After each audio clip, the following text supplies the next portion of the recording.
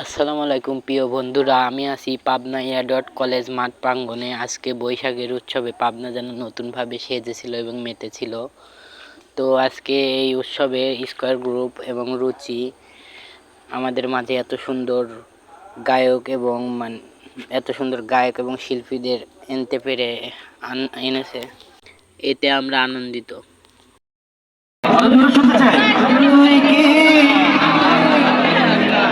আমি আপনাদের সকলের নিম্নভাবে থাকতে চাই। কেমন আছেন সবাই? শুভ নববর্ষ। আমার অনেক ভালো লাগছে। আজকে প্রথমবারের মতো আমি এখানে এসেছি এবং বৈশাখের শুরুটা আমি আপনাদের সাথে করবো, এটা ভেবে আমার খুবই আনন্দ লাগছে।